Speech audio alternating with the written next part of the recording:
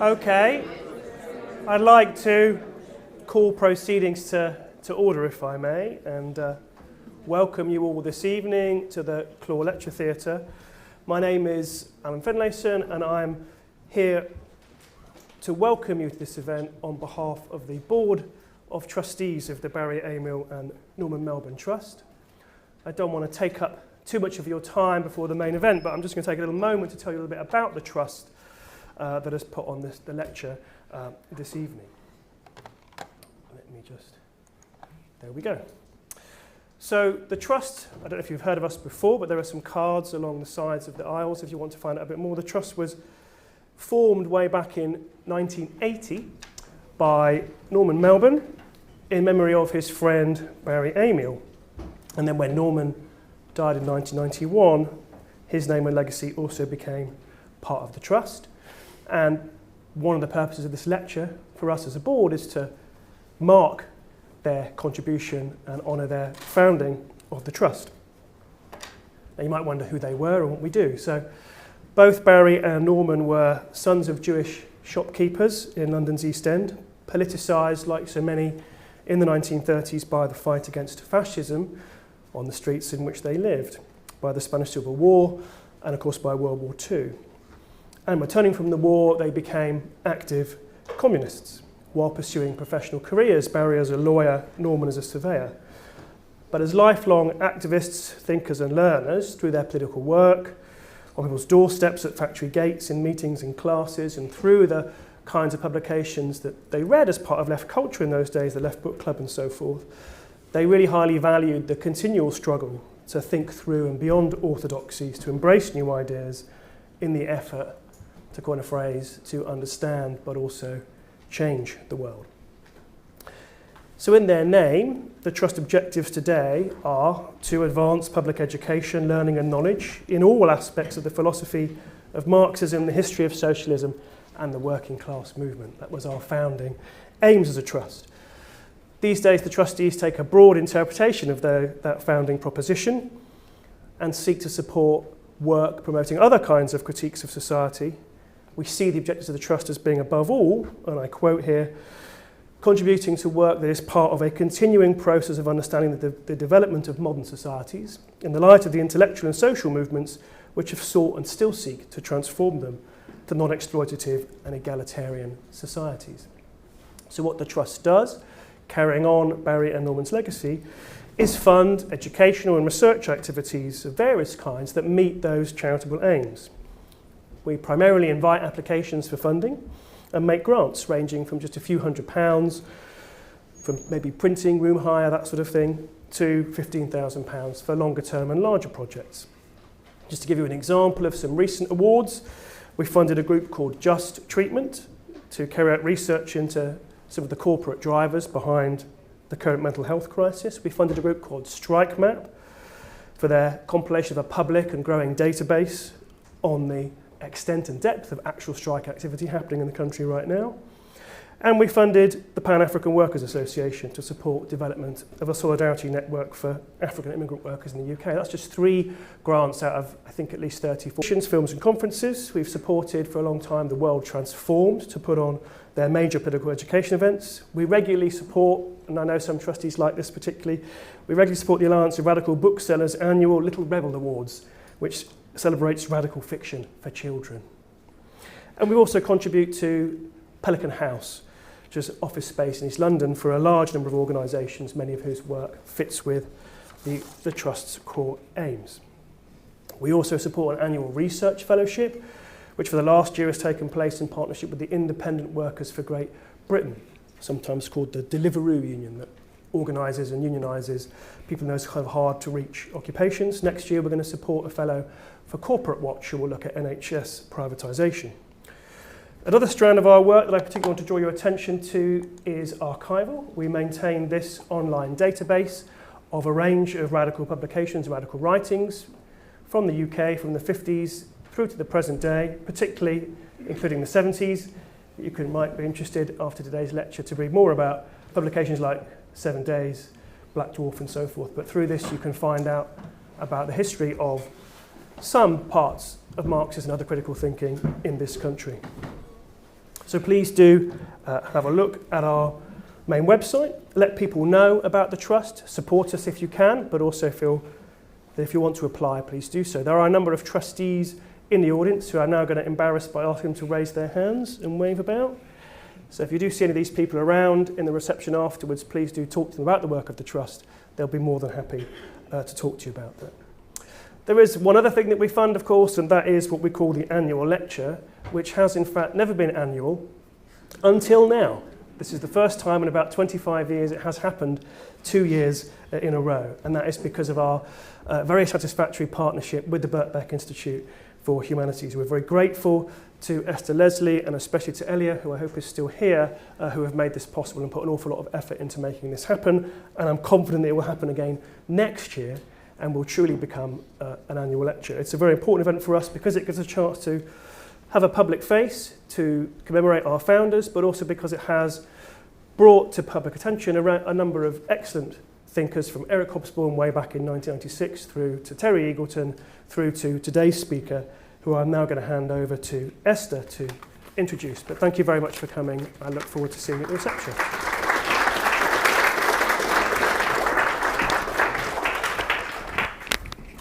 Thank you, Alan. Welcome everyone to tonight's event. As said, I'm Esther Leslie. I'm co-director of the Birkbeck Institute for Humanities, together with Jacqueline Rose. We at the Institute are thrilled to continue our partnership with Young and the Melbourne Trust. All those involved with Birkbeck Institute for the Humanities, some of whom are here, conceive it as a body committed to leading relevant and probing discussions of key issues of our time, and more, as devoted to mobilising the critical powers of theory and the humanities to set us on the trajectories of more liberated, more fulfilled lives. That is why it's so appropriate that we co-host this event of the annual Melbourne Annual Lecture, a relationship between us which is now, yes, after Gary Young and Jodie Dean last year, in its third occurrence. We expect, as with those two speakers, critical fireworks and compassionate analysis from tonight's speaker, Michael Hardt. I'll be very short in my introduction because I know you're keen to move on to the main event. I should note this event is being filmed and streamed. If you object to that, want to remain anonymous for whatever reason, just make yourself known to crew and we can deal with that. So, briefly, I remember, as probably many of us here do, when in 2000 Michael Hardt and Antonio Negri's book Empire appeared. I remember how it was a publishing sensation. This large book was called A New Communist Manifesto. It was so much larger than Marx and Engels' effort. Perhaps there was much more to say about the global situation. It came after the protests in Seattle against the World Trade Organization meetings in 1999, and it came in the thrust towards the Occupy movements and movements of the squares. It imagined joyously the decline of empire amid a resurgence of militancy, but also it analysed the contours of the present, what one or we were up against. Many of us watched in wonder as Empire raced up the publishing charts. It was speaking into a moment that needed to hear a diagnosis of the new century. As national states gave way to more decentralised and diffused forms of control, as empire came to be constituted through the machinations of transnational corporations and supranational organs, where power is difficult to locate, smoother spaces, a no space in which a global multitude comes to agitate, discovering new commonalities. For this work did not just analyse this new empire, but as in the Communist Manifesto too, it laid out the possibilities of its overturning.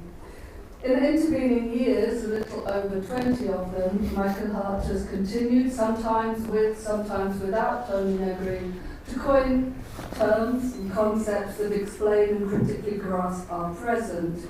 Other one-word book titles have spawned analytical categories These are shaping tools to understand what is and what is imminent in the present and what can yet be. So we've had Multitude, with the subtitle War and Democracy in the Age of Empire in 2004, Commonwealth 2009, Declaration 2012, Assembly 2017. These present a glossary for and of our world and the vocabulary of resistance to its worst parts. What agency, what new sources of connectivity and joy these books ask. This brings us to now and the work we're celebrating and hearing more of and taking into our political vocabulary. It deals with the Subversive 70s, characterized as the beginning of our time. It examines what new types of organisation emerge and need to emerge after what Michael Hardt calls the end of mediation. Maybe we'll hear more about that today. The 70s are revisited to spill light onto our present, our common objective situation. But only if we understand that can we mobilise in relation to it. And now, as is traditional in academic introductions, I'll very briefly mention the official stuff, but I know on various occasions Michael Hardt has said this is not necessarily the important stuff, although it pays the bills. Michael Hardt is Professor of Literature and teaches political theory at Duke, where I believe he's been since 2005. So let me hand over to Michael, and thank you for coming.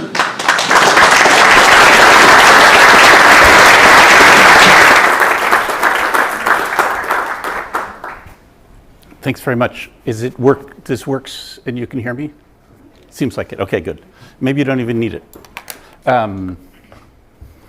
Yeah, thanks for that lovely introduction. I also want to thank Alan and Liam and also Jem Gilbert for putting me in touch with this and making this happen. And I'm really happy to see a number of friends and people I admire who are here.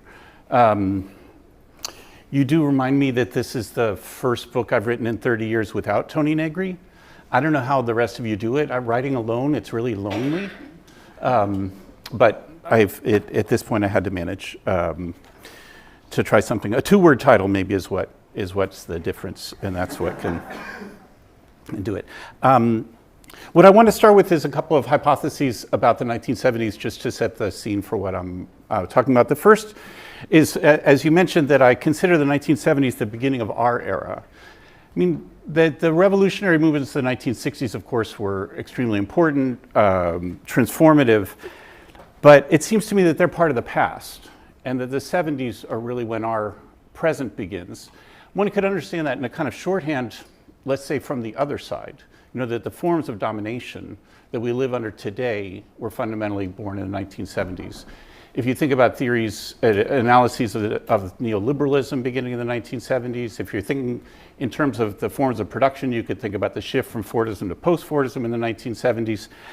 A variety of ways you could think of it, like the nature of power shifted at that point. And so I'm really more interested in the other side, really, and that is the conditions and the possibilities of revolutionary and progressive movements. And so the criterion for me in this is that really that we share the same political problems that were developed by revolutionary movements in the 1970s, and I hope I can explain a bit what I mean by that in a little bit. That it seems to me also worth saying that I think a primary task of political theory, the kind of theorizing that goes on in movements too, is to identify our political problems.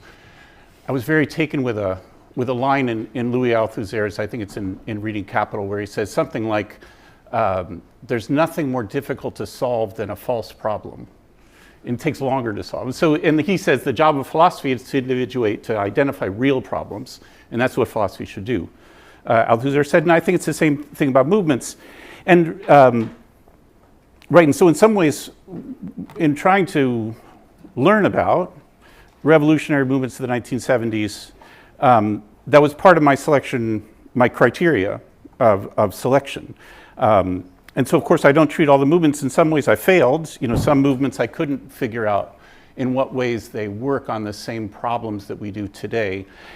It's also an impossible project, because I tried to consider revolutionary movements in as many countries as I could, and that kind of project always invites someone to say, but why aren't you talking about X, and why aren't you talking about Y? And they're, of course, right.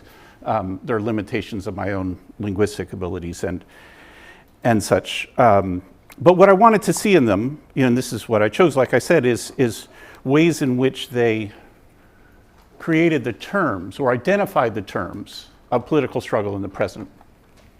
And in some ways I found, and one finds, maybe this is the easiest thing to see, is the way that the seeds of the present were sown at that time. Like we can see things that began in the 1970s as practices, say the kind of encampments that were developed in the 1970s in some ways prefigured the encampments recently.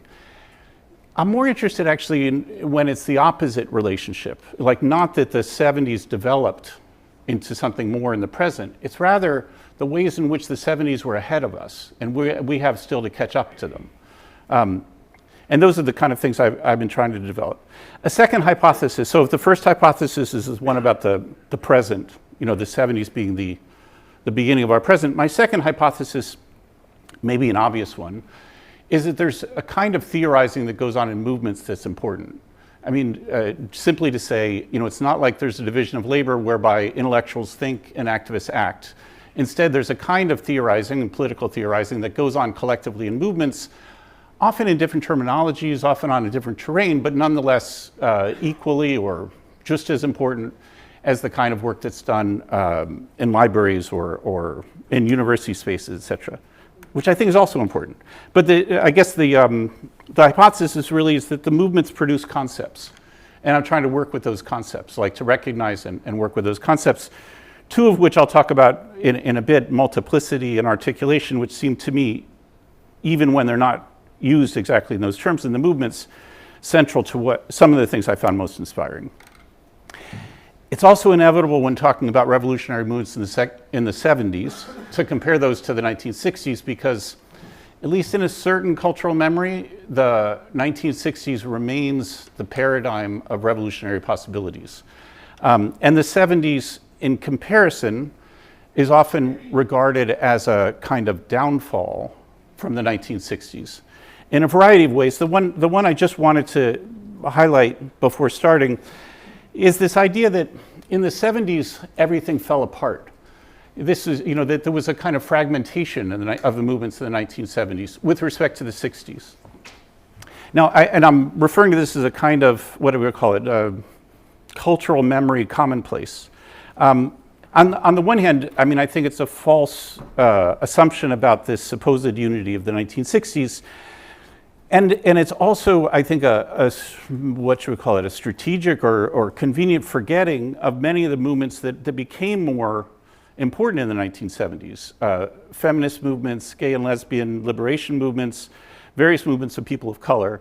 And so that what really happened, and this is at least the way I would start identifying it, is that in the 1970s, the centrality of the industrial worker to liberation struggles, especially in the dominant countries, but not only, was destroyed. That centrality of the industrial worker came to an end.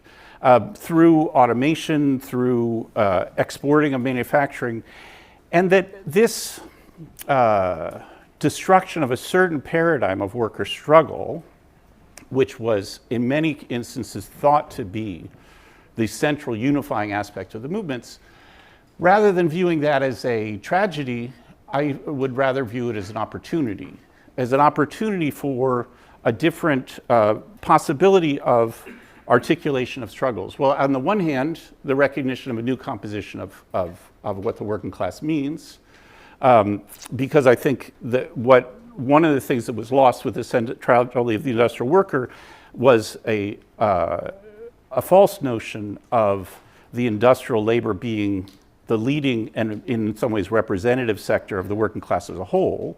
But more than that, a notion and a possibility of an articulation among struggles, not only worker struggles, but also, like I said, feminist struggles, anti-racist struggles, gay and lesbian struggles, etc. So the real problem, it seems to me, that develops out of this, and maybe this goes back to what I started with really, The real problem is how to articulate among these movements.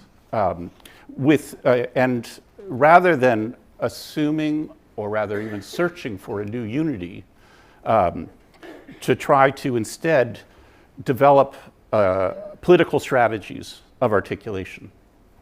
I'll make a little bit more sense about that in a minute, if that isn't immediately clear, I guess. The last thing I want to say, just in an introductory way, for me, one of the things that I feel has been lost, or at least declined, is the audacity of these movements, and particularly around the notion of liberation. I mean, liberation seems to me, in working on these movements of the 1970s, the generally accepted ambition.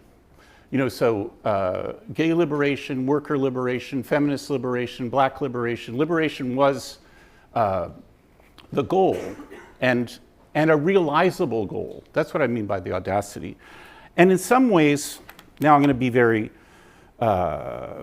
synthetic here, but for me it makes sense. There are ways in which that audacity has been downgraded, say from gay liberation to marriage equality, from feminist liberation to gender equality or something like that, from worker liberation to, in the US now $15 an hour, something like that, from black liberation to Black Lives Matter. All of these are important struggles, struggle for survival, etc. But it lacks the audacity, that's what I would put, of the struggle for liberation, which is something I would like to recapture.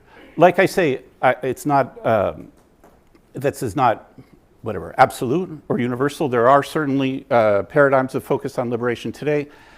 I would say in some ways the discourse, the expanding discourse around abolition, not only abolition of prisons and the police, but abolition of borders, abolition of the gender binary, a variety of other discourses around abolition might lead towards that role. So it's partial in that respect. But nonetheless, I hope you at least grasp what I'm aiming towards here, which is a expansive an audacious vision that is able to aim at and see as possible a project of liberation today. Okay, so there are two aspects that I want to just describe briefly, really getting toward the main idea, before the main idea of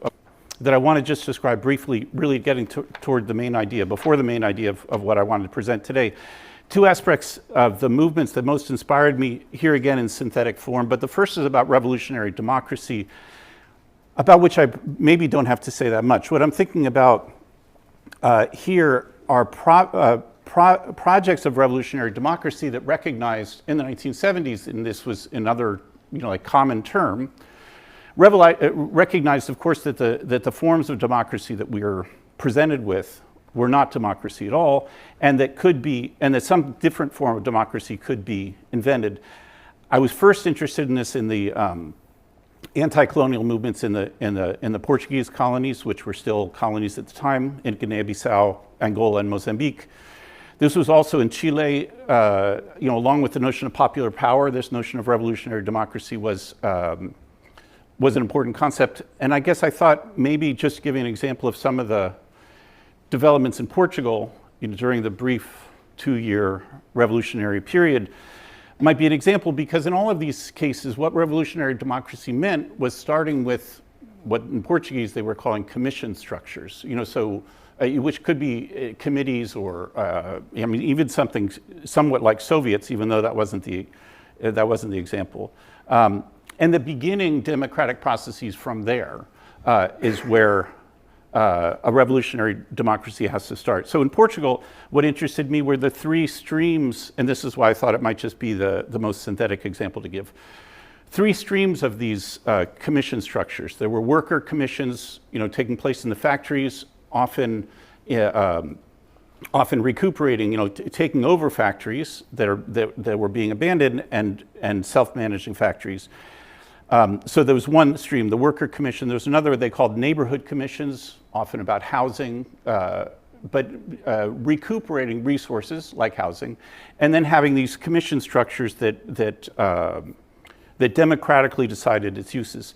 And then the third were what they called rural commissions, were really about land and land redistribution. But in all of these cases, what I'm pointing to here with, maybe call this an elemental building block of what was meant by revolutionary democracy in all these different cases, which was a democratic commission structure that then had to build up.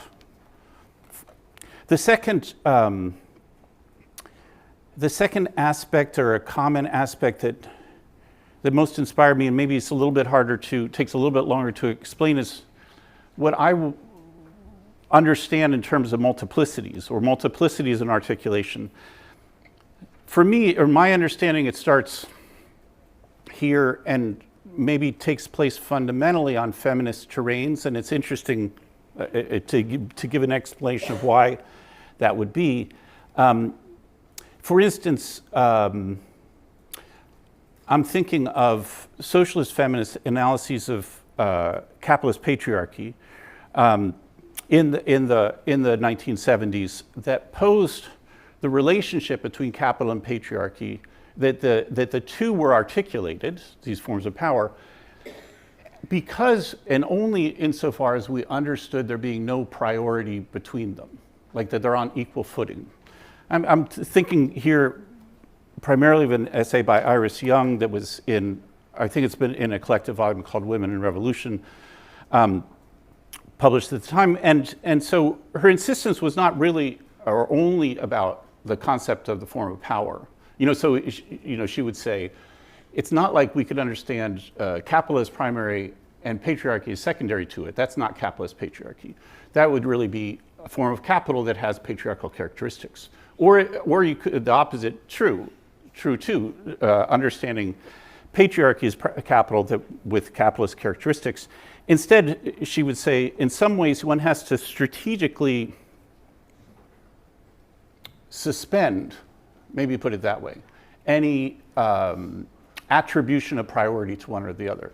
So the real importance of this, of course, is on the question of struggle, because similarly, and this is where she's thinking, and that seems most important for me too, a feminist struggle and an anti-capitalist struggle have to be understood as being, they can only articulate really, if one understands there's being no priority between one or the other.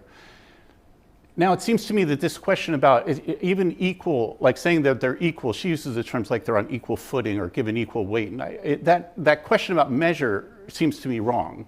Because if you were trying to talk about measure, I don't know, you could say, radical feminists were saying at the time, well, patriarchy is obviously prior to capital. It's been existing for millennia. Capital's only been for 200 years. You can come through all kinds of measures. Or would you say something like, what is the suffering caused by capital and how does that compare? What's the metric? So the question though is, I think it's a strategic question, and especially in terms of struggle, to say that there is no, to create conditions under which there is no priority between the two struggles. This, like throughout the 1970s, especially I would say, like I was saying in feminist theorizing and in feminist practice, this was developed further, thinking about not just capital and patriarchy, but also white supremacy, heteronormativity, various other struggles. Like for instance, when one thinks about the well-known Combahee River Collective, published in 1977, one thing I find so interesting about them is the education process they themselves went through. Like there's a famous line that maybe many of you know where they say, we came together as an anti-racist and feminist group, but as our political education continued, we also became an anti-capitalist group, an anti-imperialist group, an anti-heteronormative group. And so working these things together and working them without priority was the possibility of articulating these different struggles. That's what I wanted to put out. So you think about that. This is, I hope I can give you in such a brief form, both what I mean by multiplicity, that there are a multiplicity of struggles that are possibly articulated with each other, but the primary condition for their articulation is that there be a strategic decision of there not being priority among them. I hope that makes sense. Let me give you one other, it's somewhat, not directly related, but I think it's functioning on the same principle, is more practical examples having to do with what I'm calling racial multiplicities, but you could also say multiracial democratic experiments. So one, it is very well known in the US, is called the Third World Liberation Front that existed at San Francisco State College and then at many other universities at Berkeley and in the City University of New York. This is in the late 1960s, 1968. And they were demanding, they went on strike at the universities and they were demanding changes in curriculum, they were changes in admissions of students of color, et cetera. And won many gains. But what interests me most about this, so thinking now just about the San Francisco State group, it was this, what they called the Third World Liberation Front was a union of 5 different student groups. The Black Student Union, the Mexican student group, the Latin American student group, Chinese students, and Filipino students. But if it were just one of them having priority over the others, it wouldn't actually function as what I'm thinking of as a multiplicity here. And I think the term third world did that for them. You might see, in retrospect, it sounds weird. They were all USers. They called themselves the Third World Liberation Front, but that's what that kind of distancing, I think, allowed them to make the strategic decision of not having priority over the others. So again, that's what I wanted to emphasize. Again, this question of no priority, and also to emphasize again, it's a strategic decision. Strategic decision because in the U.S. context, of course, if you wanted to do, like I was saying before, a kind of measurement, say, of suffering or of history, of course the Black students had a very different history than the Chinese students and the Filipino students, et cetera. But that it functioned as an articulated multiplicity, those are my terms now, because of refusing, I think, a political decision to refuse any priority among them. Okay, one last example, then I'll really get to what I was supposed to talk about, which is because I think something similar happened in the Black consciousness movement in South Africa. And I'm thinking here, what I'm reading here is this, Steve Biko gave testimony to white judges, apartheid judges. He wasn't actually one of the accused, but he was supposed to give testimony for others in SASO, in the student group of Black consciousness that were under trial. And his task was, it's a fascinating transcript, his task was to explain Black consciousness to these white apartheid judges. And so there's a part in it where he tries to explain to them what I understand as a political concept of Blackness.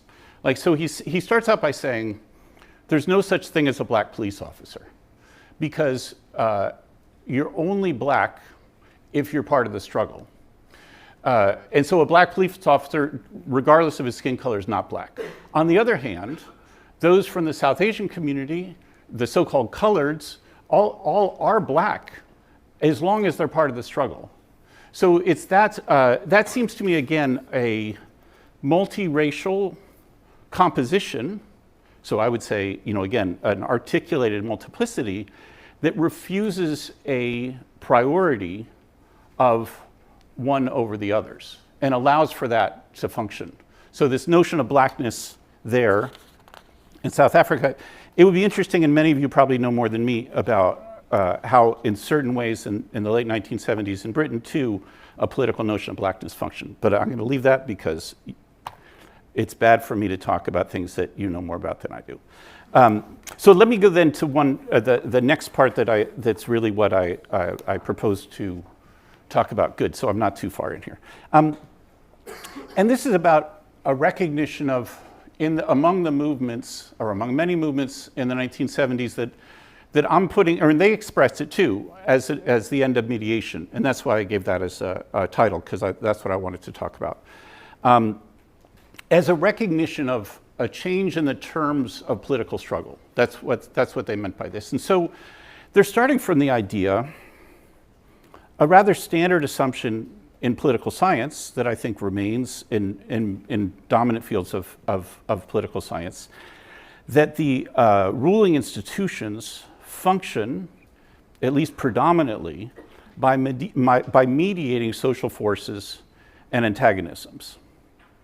And so here, the theorists that I'm talking about talked about 3 instances or sites of this supposed mediation that no longer existed or had at least declined insofar as they ever really existed. The state, first of all, and the idea here is that traditionally it was assumed, like again, this is, of course, was not, in some ways this was not true previously, but it at least declined insofar as it was, that protests, that social antagonisms would be addressed by state reforms. So this was the notion of mediation, that the state would mediate, like I said, antagonistic social forces.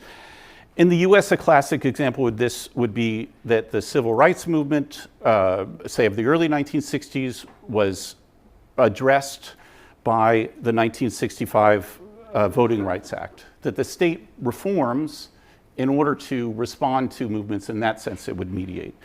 And their claim was that this mediation had come to an end. I mean, an obvious example for many of the movements in the US and in Western Europe was around protests surrounding the Vietnam War. Like the idea was that protests, the idea was that the larger and more stronger the protests would be, that eventually the US state would, if not end the war, at least decline the war. But they found that the more they protested, the more the US state escalated the war. So that this was an instance of a kind of recognition of a lack of mediation. You might say it's something like a recognizing that there was no interlocutor. Like that previously was assumed, at least in a certain extent, that there would be a kind of feedback through reform. Okay, the second instance, if the first was the state, the second was about political parties. The political parties also understood to be a structure of mediation. Representation is allied to mediation in some ways in this formulation. So let me just read you a sentence from Sergio Bologna, who had been intellectual activist in Italy at the period, about the party system. And so he says, the party system no longer aims to represent conflicts, nor to mediate or organize them. The party system no longer receives the thrusts from the base. It controls and represses them.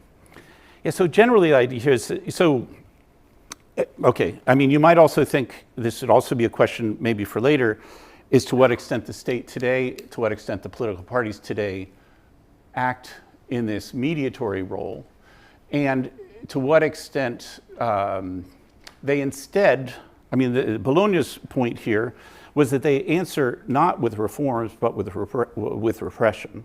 Like this was their experience, especially in the early 1970s. The third about the labor union, and so there was a similar recognition at the time that echoes at least with me, and now here I'll just read someone else. This is Karl-Heinz Roth, who talking about West Germany, and he's comparing the wave of industrial strikes in West Germany in 1973 to those in 1969. So he's saying in those 4 years, there's been a shift in the role of the established and institutional labor union, let's say that way.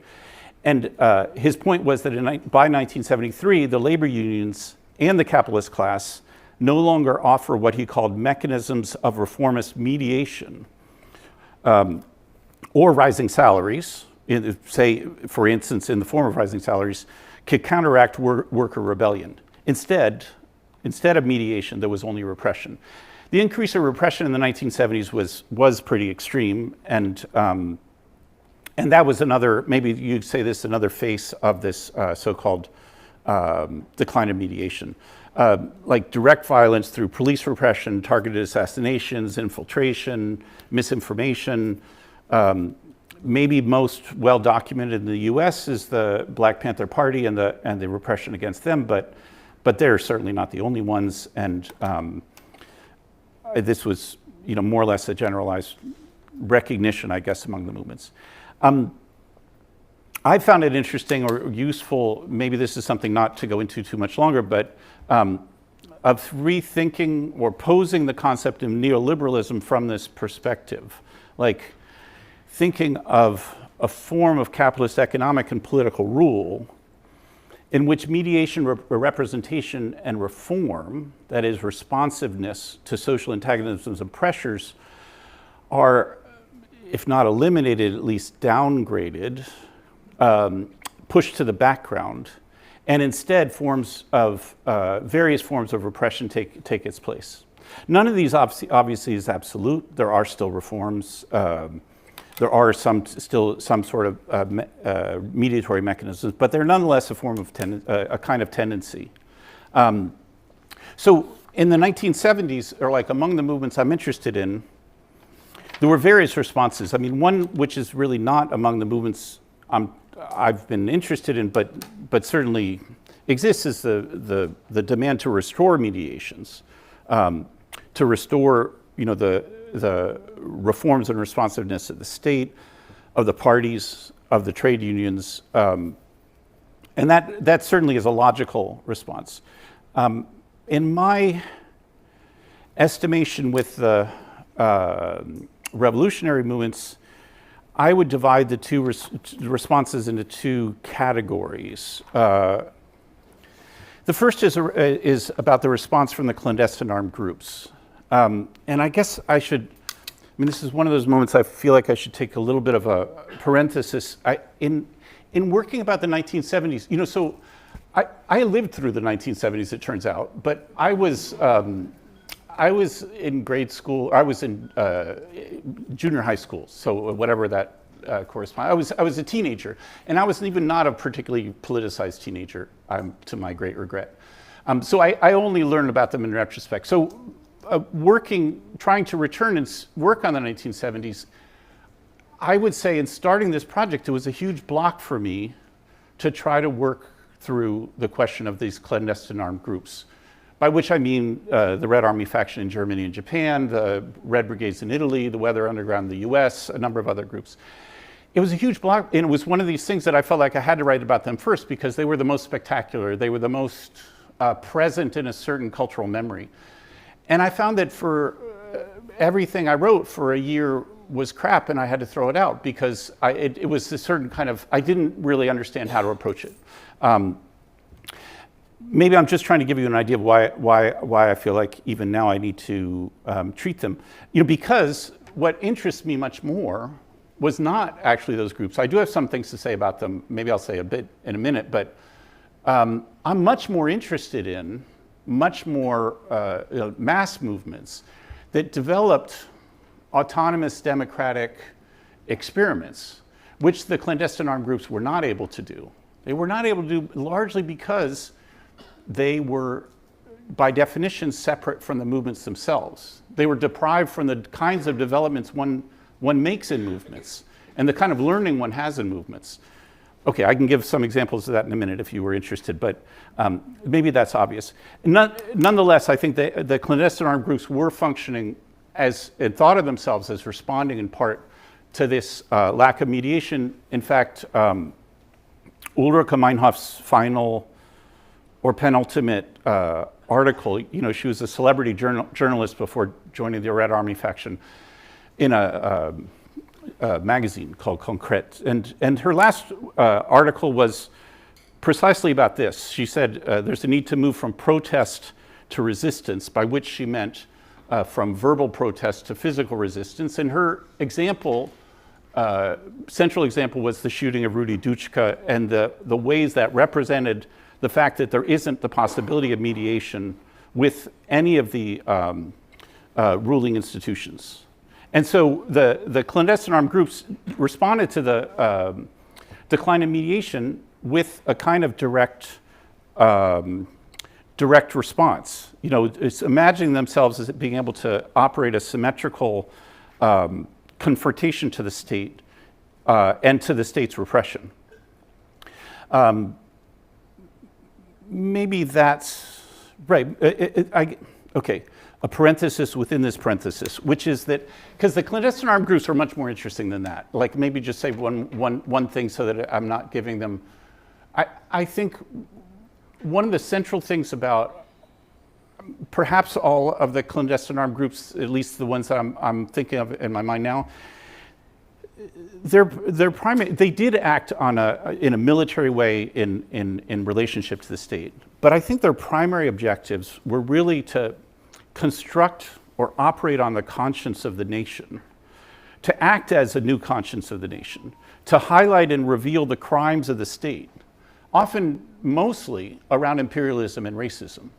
So the way the Weather Underground functioned in the US is that they did these symbolic bombings, and they would bomb things as a kind of public pedagogy, and like I say, mostly about racism in the US and partly about US imperialism. So Fred Hampton was murdered by the police. They do a bombing of the Chicago police. George Jackson was killed in California, so they bombed the California Bureau of Prisons. After the coup in Chile, they bombed the IT&T building in New York. They bombed the Pentagon as a protest against the war in Vietnam. You get the idea. It was the same thing actually with this group that I became quite interested in, which I didn't know about previously, called the East Asian Anti-Japan Front, who were all Japanese, but they did exactly the same kind of thing. They bombed sites that celebrated the imperial project. So that sites that still, or that even after the war, celebrated war criminals that had led the project of the Japanese state. In some ways, it's somewhat more complicated with the Red Army faction and with the Red Brigades, but nonetheless, I think they acted in the same sort of moral conscience way. I don't mean to be celebrating by doing that, but because I have other criticisms, but it's at least worth recognizing, for me at least, what they were doing. So anyway, that was what I was saying. What were the responses to this decline of mediation? One was this one, which was essentially, if they are operating through repression, we will operate by attacking them, which has plenty of logic. But there were different projects, the ones that more interested me more, that reacted to this lack of mediation through projects of social autonomy. Not a retreat into isolated communes, but rather attempts to transform society without appeals to the state and the other ruling institutions. So this was a means to try to maintain experiments of revolutionary democracy in the context without state and party mediation. These are, in fact, most of the examples that I'm interested in the whole project were really ones trying to do this. And like I said, this is what interests me more. The construction of projects of revolutionary democracy, which often had to be constructed. I mean, I think autonomy can mean, and in many parts does mean this, in some instances, workers' autonomy means workers representing themselves without the union.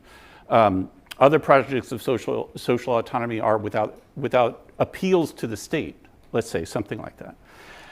And what maybe this, now I can come to the aspect of this that actually freed me from freed the block in my mind, I guess, from these clandestine arms groups, which are projects of armed struggle that work together with forms of autonomy and democratic experiments.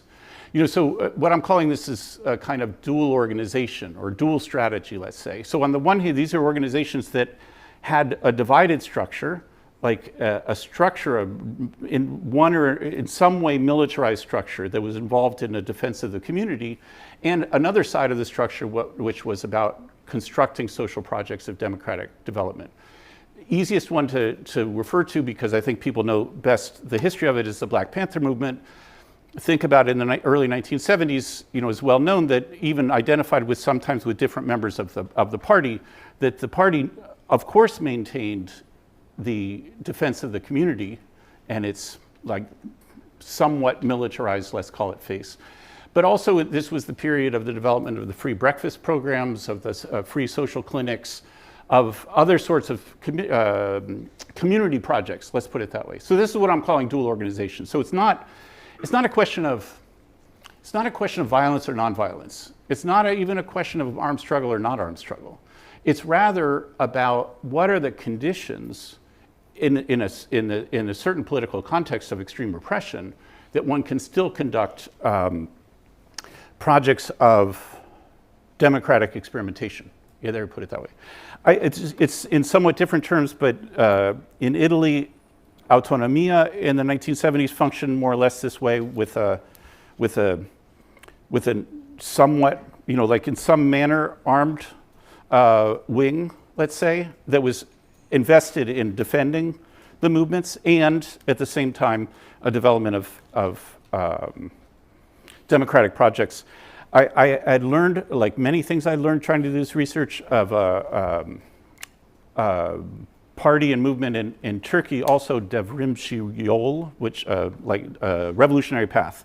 Please excuse, I'm sure I say things terrible in Turkish. But they too had in a really much more extreme case of repression with fascist bans and attacks and such, but nonetheless were able to maintain possibility of spaces for democratic development within that context. And so that's what I mean, let's see, both by the end of mediation and the kinds of responses at that time. So what I need to finish with is, what does this mean for us today?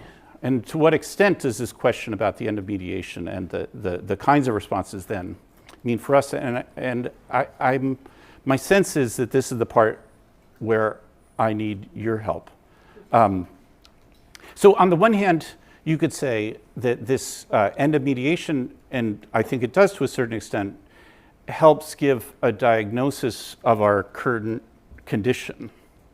There is still, like I said, it's not absolute. There still are forms of mediation reform. There still are state reforms, and it can be effective to make demands on the state. Political parties, some more than others, operate forms of mediation. Even the most traditional trade unions, sometimes strikes have success. The recent United Auto Workers strikes in the U.S. have had great effect. But nonetheless, I think that recognizing the limited nature of the possibilities of mediation is useful for understanding our present condition. Perhaps the most obvious one is around protest. I mean, I think we have recognized, well, okay, I should just put it this way. It seems clear to me that it hasn't changed that much since the era of the protests against the Vietnam War. Like that the massive protests against wars, especially against US wars, have not had a great effect on them. So I don't know how many of you, in fact, I'm looking around the room and I think there are many of you who remember the February 15th, 2003, which was on the eve of the US invasion of Iraq. There were movements in London, in New York, everywhere around the world, millions of people. And of course, it didn't stop the war. And now, I mean, then the obvious thing would be also about Palestine. I mean, because I think it should be clear that the global protests around the invasion of Palestine are not going to stop is not going to stop the IDF. Let's put it that way. But there are of course, I mean, like that's where I need another parenthesis. There are of course important things that protests do that are not, even when they aren't expecting mediation from the state. Like they do things for us, and they create a certain kind of visibility. But we shouldn't expect that those protests are going to stop the outrage. Maybe that's what, and I think that's something that's common from then. Like it does, so anyway, I feel like there's much more to say about Palestine. That can be another thing that we could come up with later. So on the first hand, I was saying a diagnosis of our present, and I think something that continues in our present about this lack of mediation, decline of mediation, et cetera. The second is what can maybe come back to what I said earlier. It seems to me that I was going to say all, but a large number of the movements that I find most inspiring today, the most powerful movements today, express a desire or even a mandate for articulation, the way I was talking about it earlier. There's one other example. Before I do that, let me give you one other example. I'm sorry about the movement, the protests and the movements, because maybe it would help a little bit. And this is about the question about the right to abortion in the US.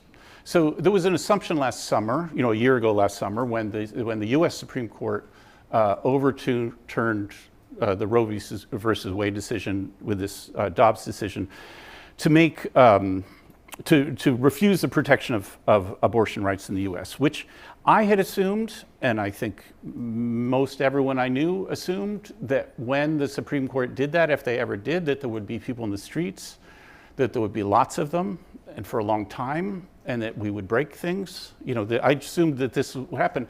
And there was a certain amount of disappointment when it didn't, on my part at least. And so, but now a year and a half later, I have a somewhat different view. For one thing I'm wondering is, perhaps people knew that the protests wouldn't change it. Those Supreme Court justices were not going to, there was going to be no mediation. Expressions of antagonism about abortion were not going to be met with some sort of reform. Either in the part of the Supreme Court, the US the individual state legislatures. So instead what's happened in the US, and this is what I found interesting, fits more under this rubric of autonomy that I'm saying. What's happened instead is a much stronger networks, often in secret, and in some ways unfortunately, of accompaniment of self-medicated abortions, because it's not that difficult to get the pills. It's not that difficult to help people perform the abortions on themselves. And so there's been a kind of development of abortion without appeal to the state, which I think could, especially if it were to become more public, I think, because I think the sort of culture of secrecy that surrounds it is part of its obstacles, could be the kind of autonomous address to, and making the possibility, right to, and affordability even of abortion possible for everyone despite the rulings of the state. That this could be a way of thinking of, I'm thinking of this as a kind of response that happens in a context of the recognition of the decline of mediation, of a development of autonomous networks that don't require it. For me, it'd be much better, and I would be very happy if there were free clinics that offered abortion in public, and that would be great. In the context, it doesn't. I'm just really trying to read the movements actually, in saying this.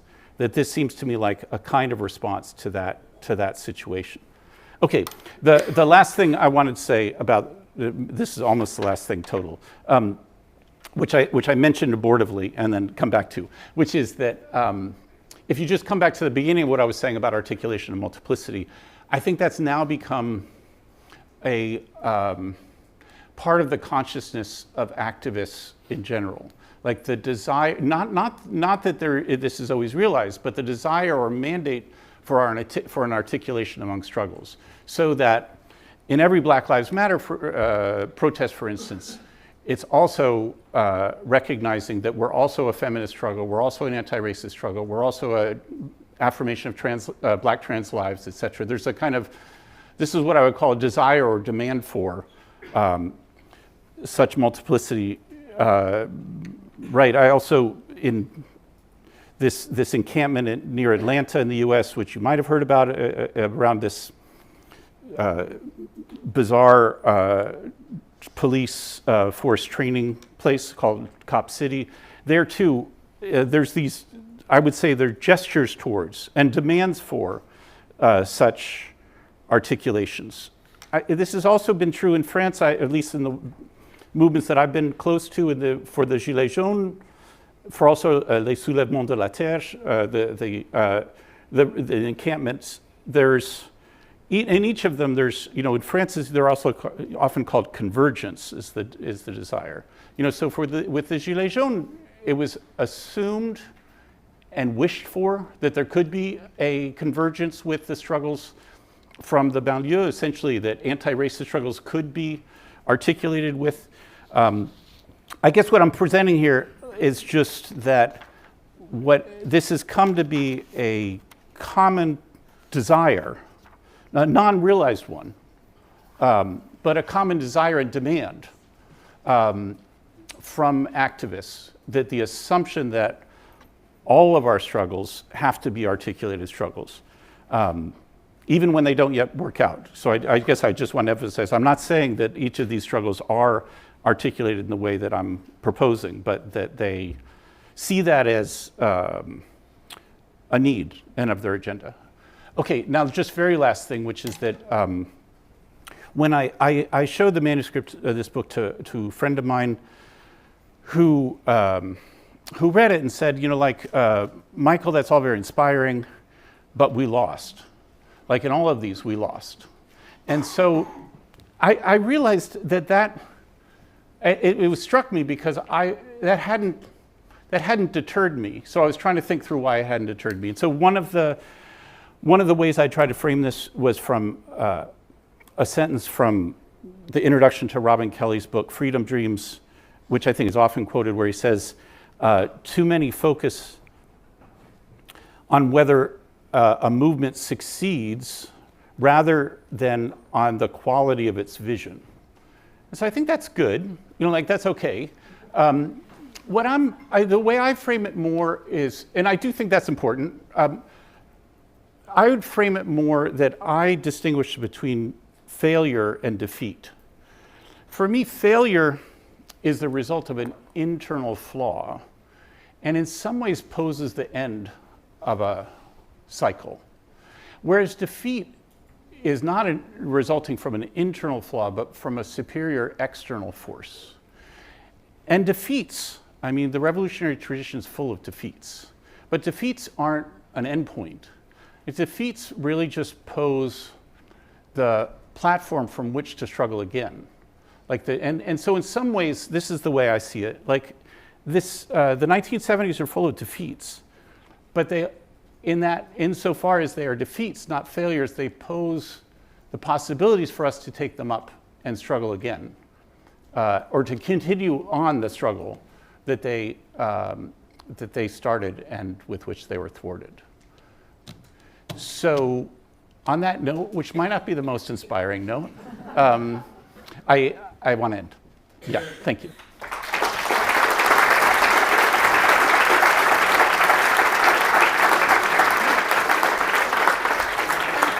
Yeah. Thank you. Let's get this to work. Okay. Is that working? I'm going to be the person with the roving mic. We've got until about 8 o'clock. There are 2 roving mics, so depending where you are. We've got until about 8 o'clock for discussion, after which you're invited to come to our drinks reception. So, yeah, indicate. Whoa! Lots Back. of. Yeah.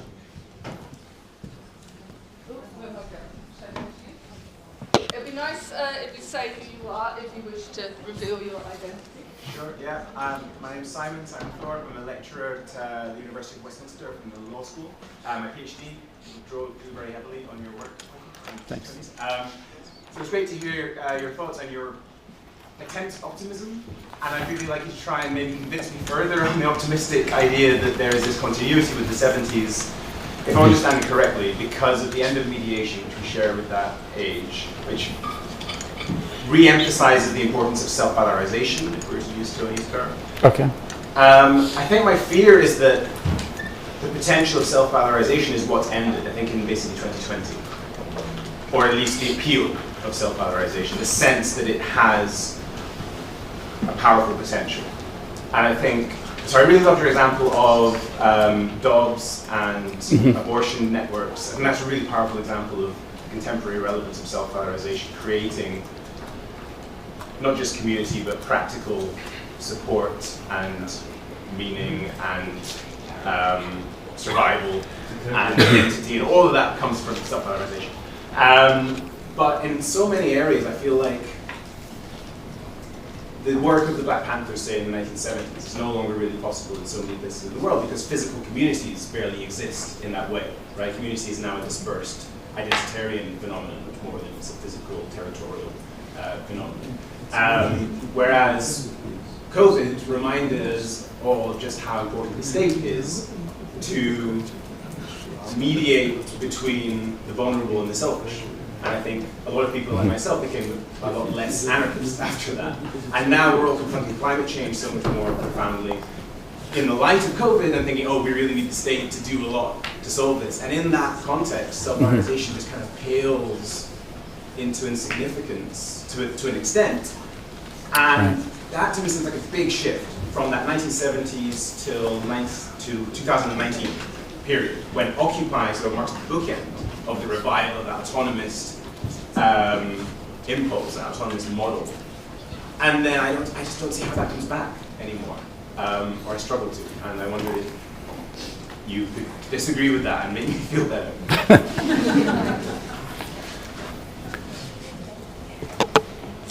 Which one is the second one? Okay, sure. Is this one? Okay. You grabbed my attention.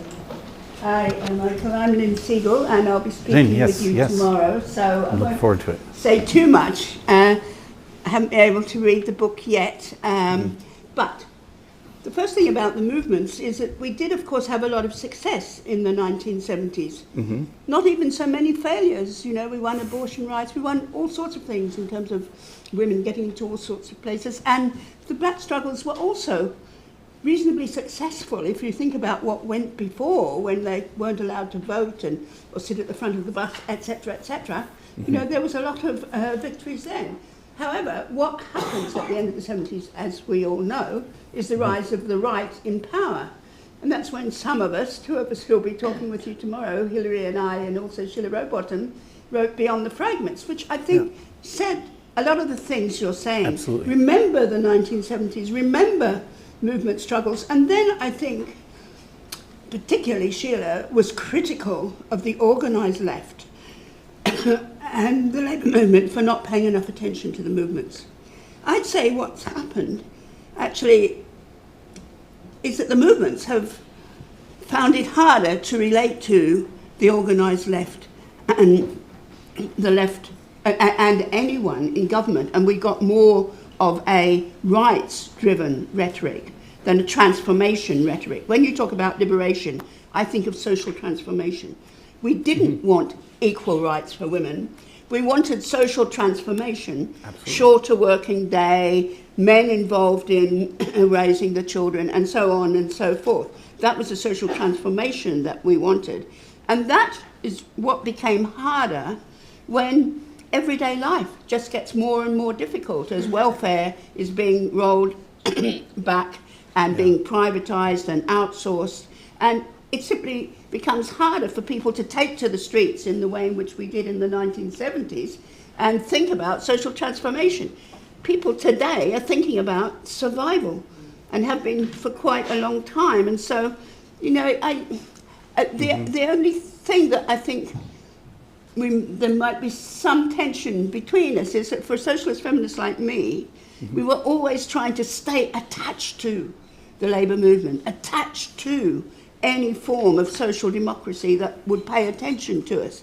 Of course, only 6 or 7 years ago, with the rise of Jeremy Corbyn, we thought we had someone, but the right then went into overdrive to make sure he wasn't elected. So it's an incredibly complex story, that's all I would say, and the struggles for social transformation seem to me to have got largely replaced by the struggles for survival. But I do see the labour movement as having really listened to movement politics far more. And so, you know, here we have our great hero, Mick Lynch, who does talk about race issues, does talk about feminism. You know, he really talks about quality of life overall. There's no way he's just higher wages and so on. He wants, you know, he has an anti-capitalist rhetoric, even if he doesn't put it like that. So I think, you know, there really was learning from both sides, and there was also, you know, perhaps more retreats from the movements and some advances from the labour movement. So I don't want to in any way line them up against each other. I'm not sure if you do, but in some of the things you said, I wondered if you did. Should we take a third question before we let Michael come back to that round? So, yeah, who'd go over there?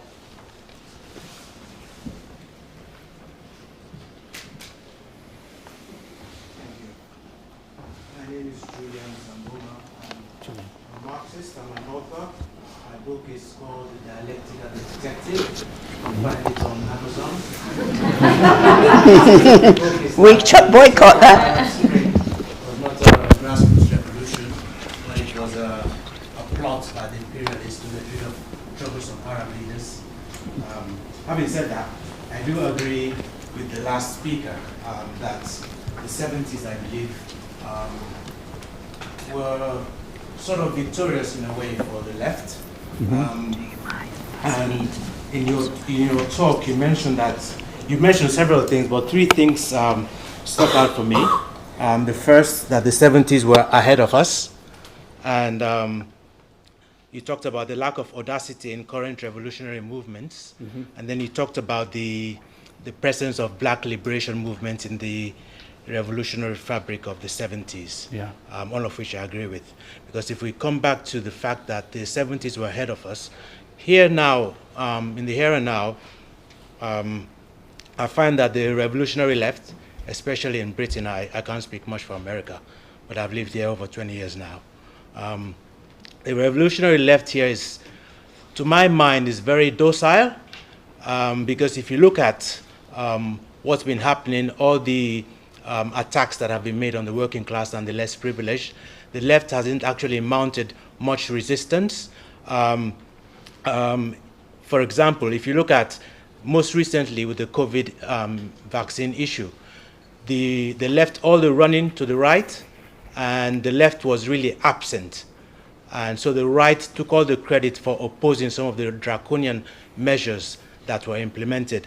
And even currently with the genocide that's happening in Gaza, I mean, if it were left only to the left, I don't think there would be much resistance. It's only because what's happening in Gaza, at least here you have a lot of Muslims in this country, and it's an affront, a barbaric affront to common human decency. That's why there's such a huge protest against it. And I think the reason for that is that the left, most of the left are middle class, and they've been co-opted into the system. They are part of the property-owning democracy, and they don't want to risk whatever they have because they are part of the system.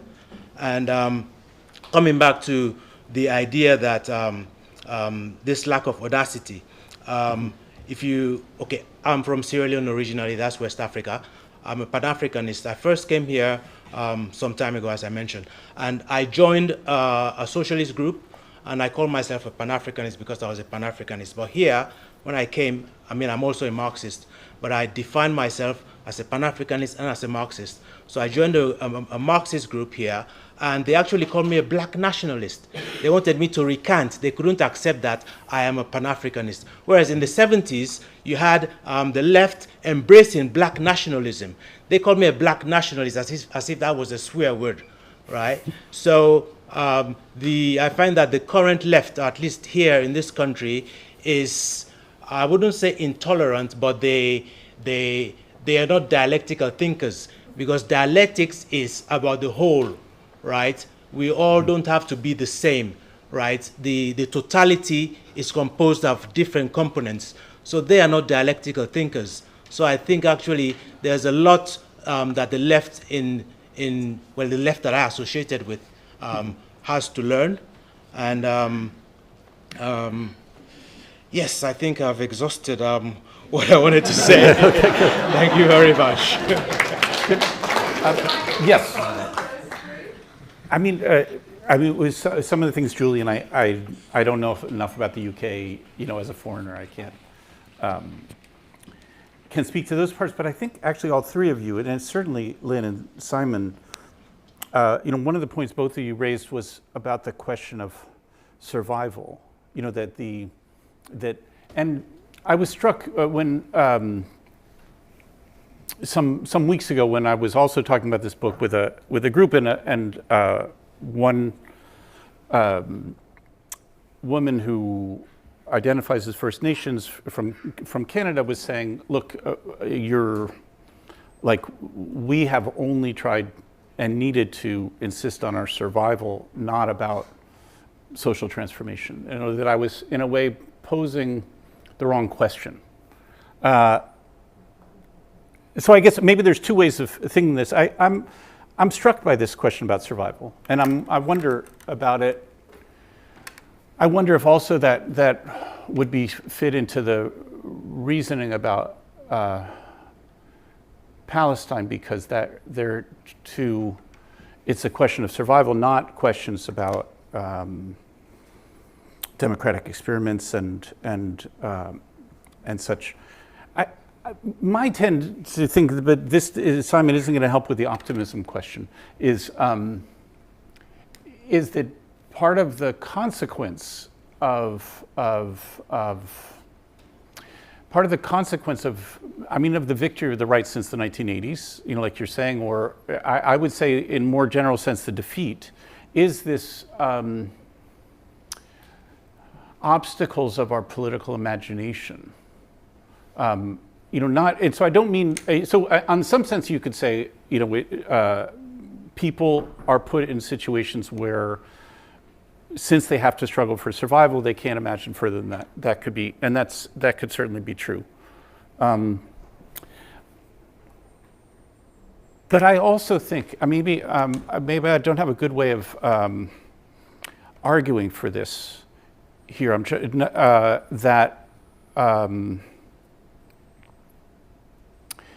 I guess I don't think that the possibilities of struggles for liberation are foreclosed to us. Maybe that's where I put it. And that in some ways, recalling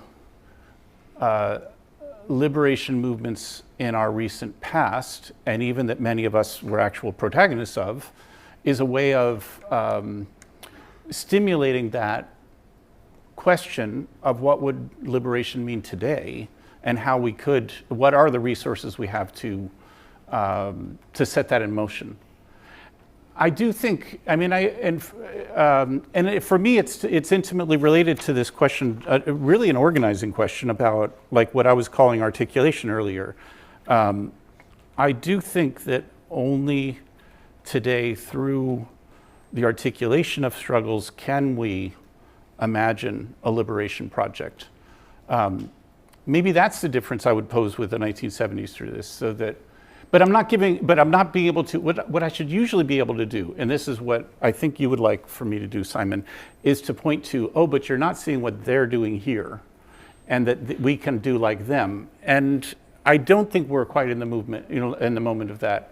Even Ni Una Menos in Argentina, after the recent election, is completely, which is one of the movements that's most inspired me in the last few years, is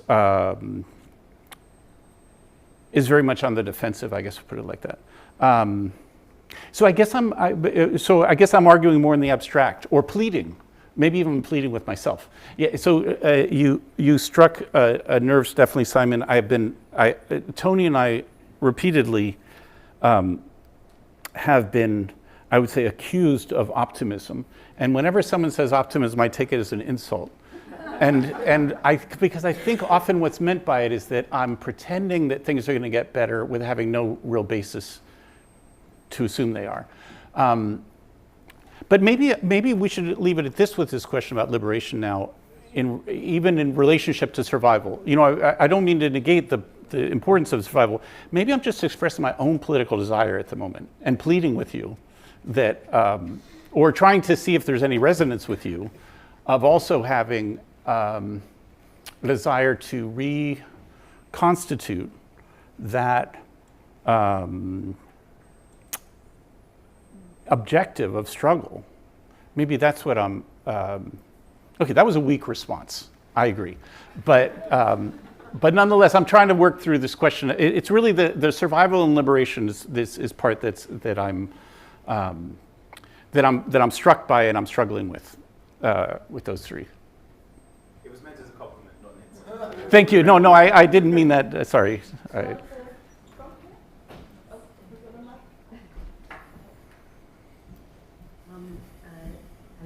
Hello? Yeah, we can hear you. Yeah.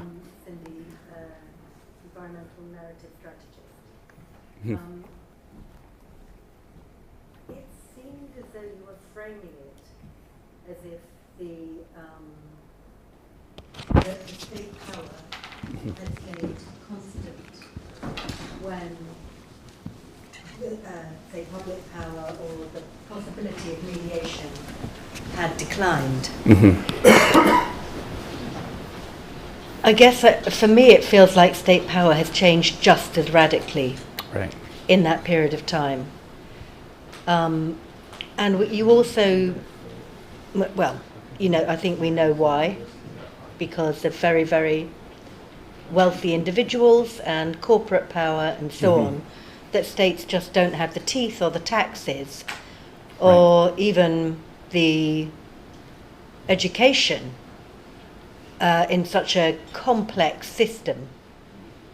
The resource, they just don't have the resource to govern or respond, right? So there's that.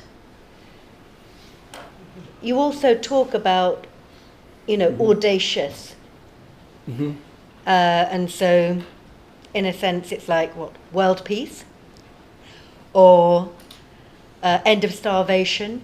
Or these sort of extraordinary equality, justice? These are audacious constructs. And I don't think anybody really anticipates that it's a destination that one can arrive at. But that doesn't necessarily diminish the concept. Right. And those concepts somehow have been lost a little. And instead we have an almost ideology, a construct that we're all living by, which is neoliberal capitalism. Right. That I feel is insidiously within all of our interpersonal and relations, and every single relationship that we have with everything seems to have been negotiated by this construct, this concept, which happened at that same time. So I'm just really asking for a response to some of that framing around your ideas, which, by the way, I love. Thank you. And it showed me something that is really important for me to see. So thank you. Thank you. Have we got anyone? Who was first? Over there? In the red.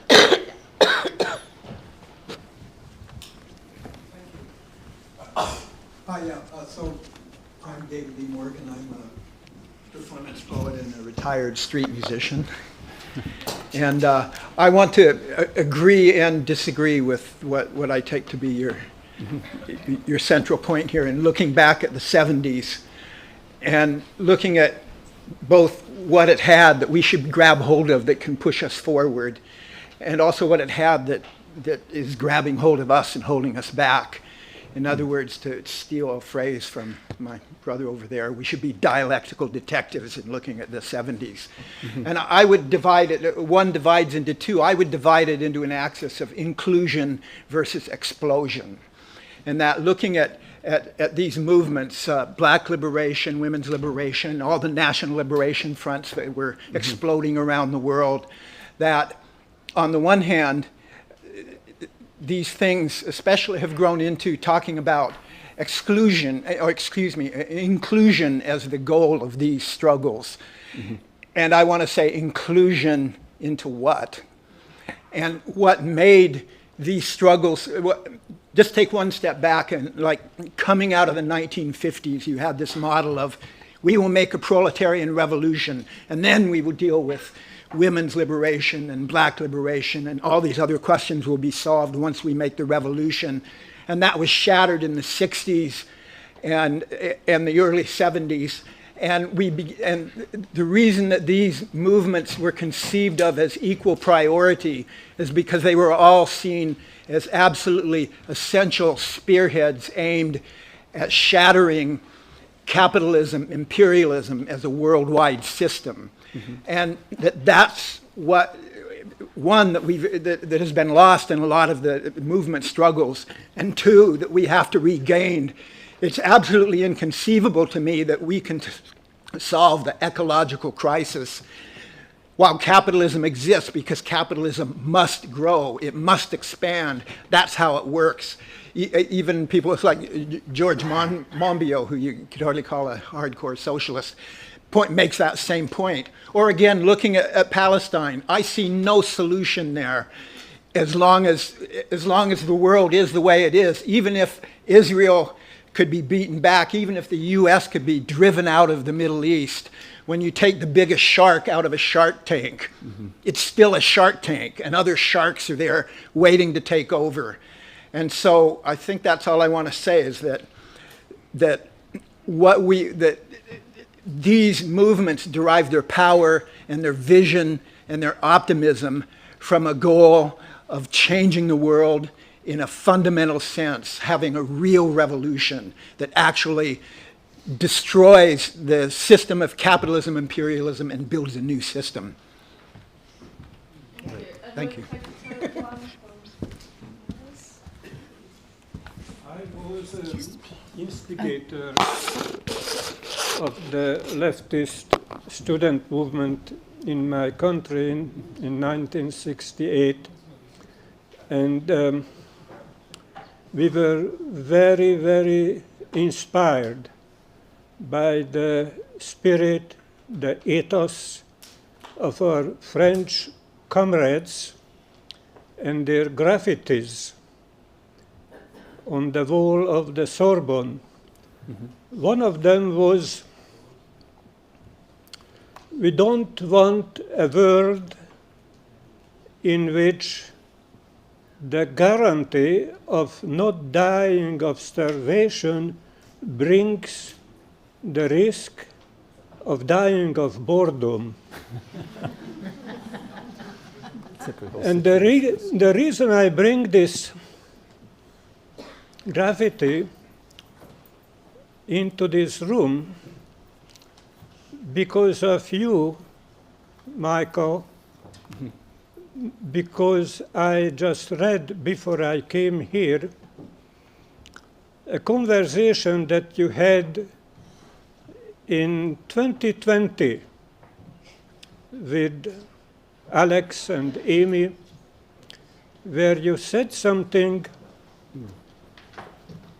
about the separation from work is a stepping stone to separation from capital.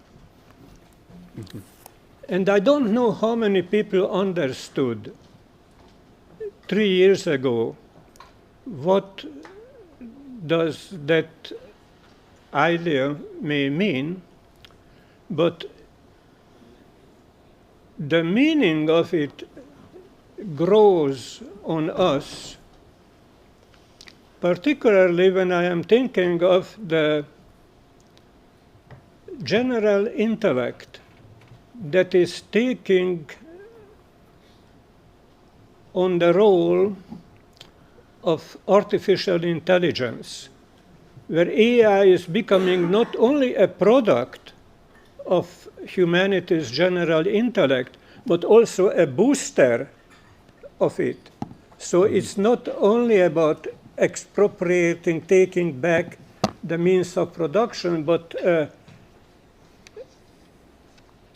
entering into a cooperative relationship when the possibility of a world without work mm-hmm. is becoming real. And so I just want to honor the bridge between the spirit of the revolutionaries, student revolutionaries of the 60s, and what you were referring to that is becoming more and more timely. Mm-hmm. I would love to hear your comments on this. Should we take one more in this round? Which one? Go back to here.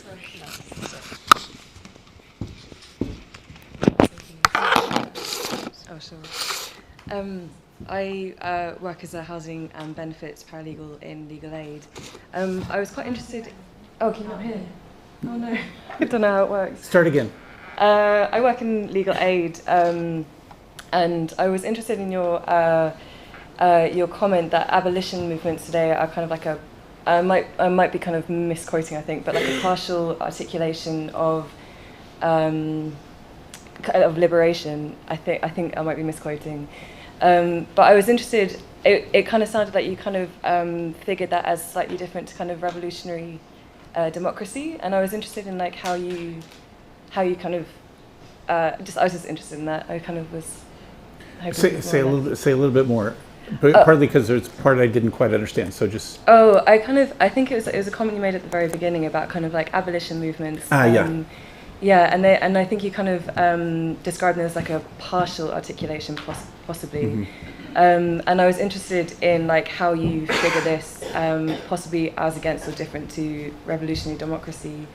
Yeah, just interested in that. Great. Okay, yeah, I get that.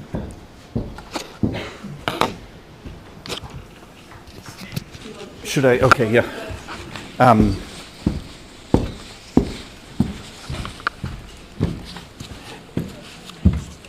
It's a little harder to put them together, well,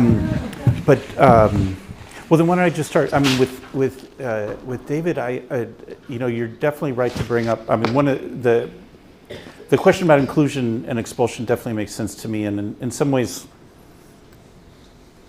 what I keep coming back to around articulation is really about a different way of thinking about inclusion. I think, which doesn't require some sort of inclusion in sameness, but rather a relative autonomy that can nonetheless be articulated among different struggles. But then you're totally right to bring up climate crisis, and I'm not, and I don't. I feel like with the terms that I'm working here, thinking about these revolutionary movements in the 70s, I'm not sure that I have adequate tools to deal with it.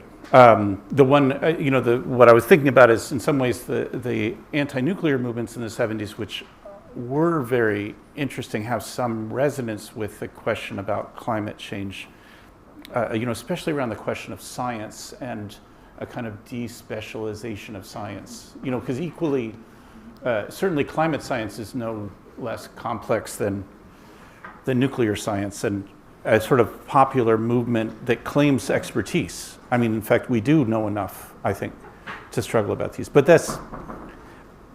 I think I have to just leave that in suspension because I don't think I have the tools with talking about these movements to say what needs to be said about the climate crisis and what would be to work with it. Then I'll jump to the question about the abolition, and then I'll come back to the work question, which was what I meant about abolition is, well, first of all, I hadn't thought about it when you said related it to this question of articulation, and that's wasn't thinking about that, but I think that's an interesting idea that, in some ways, under the umbrella of abolition, with these proliferations, feminist arguments for the abolition of the family,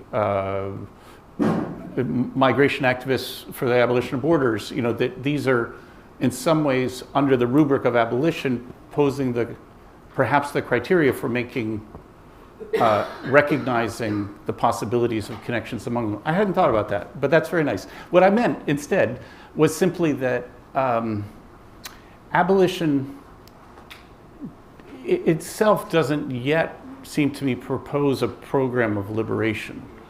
So even when we think about abolition of the prisons or abolition of the police, I mean, for instance, Angela Davis does a lot of work in this regard to try to translate abolition into a project of freedom.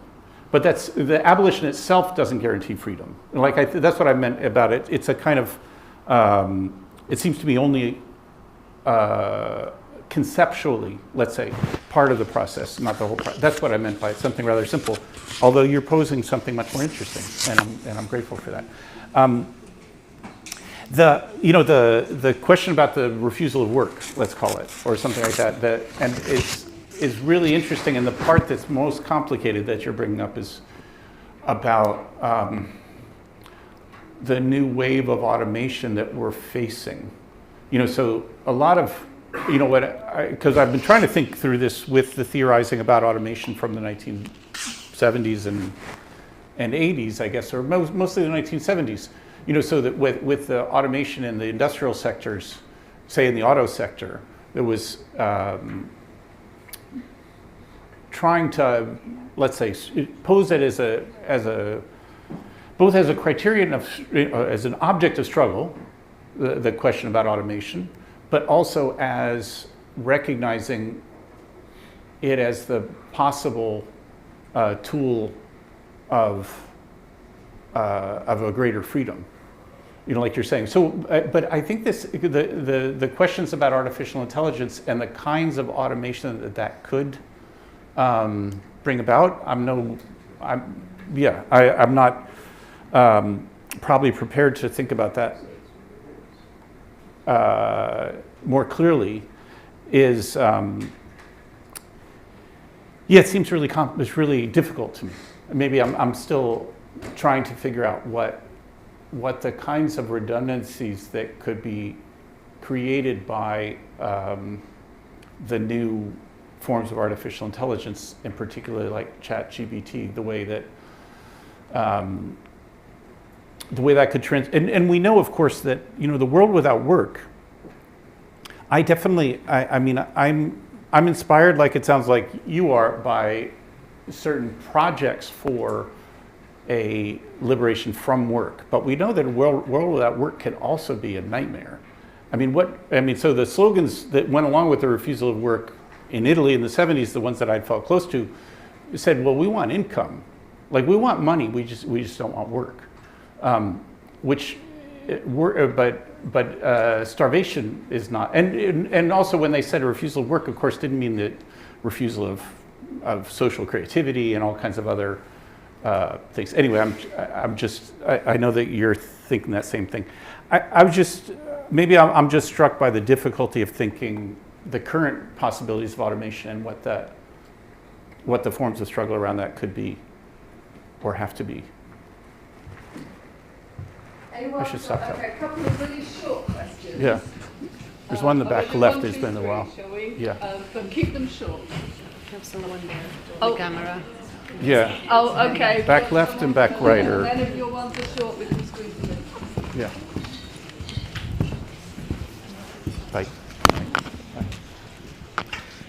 Yeah, so thank you very much for your speech, your book. Thank you to the organizers. My name is Alberto, and I'm a sociologist. The one who pays my bills is the University of Leicester in the Midlands. I've been lucky enough to see the seeds of the 70s flourish again 10 years ago. I was doing research on art activists in Italy, and I saw their ideas either directly involved or their own physic bodies in the same rooms inspiring the idea. And I reconstructed a little bit the history and the path, and you ended your speech saying, yes, your friends say, but we lost. Mm-hmm. And of course, in Milan in the 80s, many social centers closed themselves, healing the wounds after 10,000s of political trials and so on and so forth. But what I saw in 2010, around the Occupy era, these multitudinary, desiring tactic and strategy, which was about, and here I come to the question, which is about something about the 70s that can be used in the future again. So I saw that being used in that era, and one of the elements that I saw is this not necessarily dialectic engagement with the present. So the fact that, like, we're going to build our own alternative institutions and settings. So something very powerful that comes, I think, from the seed of autonomy. So I will not go in depth, but I have some reserves about certain scientificization or empiricism in the current environmental movement. And yes, I refer to Extinction Rebellion and Roger Hallam approach to scientific, empirical ways of protest. So I'm wondering if, as David Graeber once understood the role of post-workerism as the one of prophets, if you think that we still need prophets, and if there is ways that you see or that you hope that the seeds of the 70s can live to inspire the challenges of the future.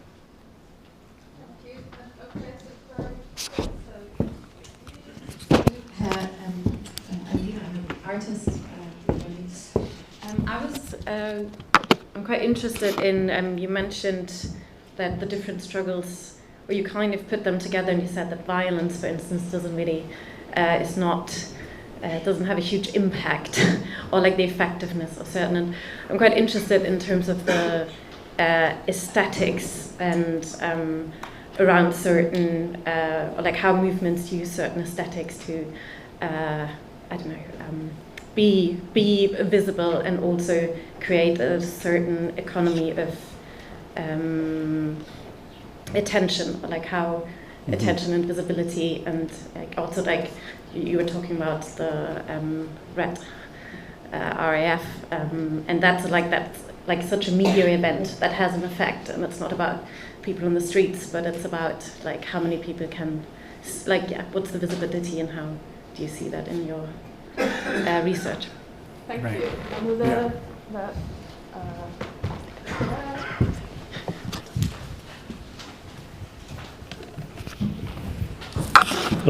Hello. I'm a therapist, and I wonder, one of the words that really resonates with me, what you're talking about, is imagination. And I think in some ways, I wonder if we've sort of run out.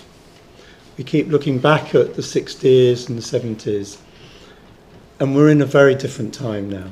You know, I started working in the 70s, and I was working with people who would say, I'd go on holiday and come back and not go to the same job, I'd just go into any job. Economically, there was, the worker had a lot of power.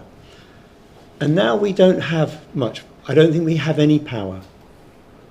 And I wonder whether actually what in some ways we're redoing the 60s, which is in some ways we're having to, we need to look into ourselves and find our own power. Our political power has run out, maybe. This is what we're looking at. And we're looking at movements that used to work and and did they work? And the protests, did they work? The big, you know, the one in London about the wars and everything. And if you're looking at optimism, to me, the optimism is when I work with my clients and myself and find my own power. Thank you. okay, I'm going to give Michael a couple of moments to respond, because apparently people have started drinking outside already. It's going to be around for a little while for personal tete-a-tetes, so let me hand it over to you for us. And so I've seen a few hands that have been up for a while, so could we just agree that you'll stick around and we can talk separately? Is that okay? Thanks.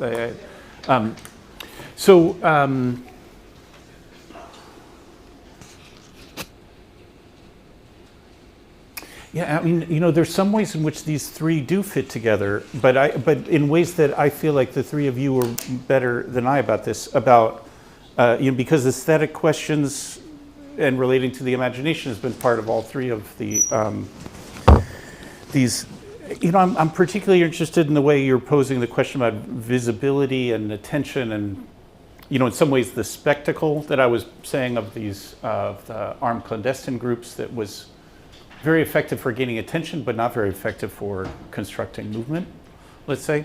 But that also relates in some way to that. I mean, I guess I would say, I understand what you mean about the power. You're some ways saying that conditions for a collective political imagination perhaps don't exist, or don't exist in the same way, and that we have to think of it differently. I'm reluctant to accept that. You might be right, but I'm reluctant to accept that because I also think that only in collective movements can we have power, and I think we still can. So anyway, I'm still of that. Maybe I'm stubborn. I'm stubborn that, but I definitely recognize what you're talking about, and the. Yeah, but I think the art activists in Italy also fit with this, and also you know more about the culture of work. You should have responded to that previous question than me. But I think maybe it's the moment when the speaker is supposed to come up with a sort of like a voila inspiring last word to send people off to a drink, and I don't think I have one exactly. But one thing I'm really grateful for is the generosity. Like often, I'm sure you've all been in places where there's a speaker and everyone is just arguing at cross purposes. And instead, I feel like everyone's really been trying to help me, which I appreciate. So anyway, I'm grateful, and thanks for coming.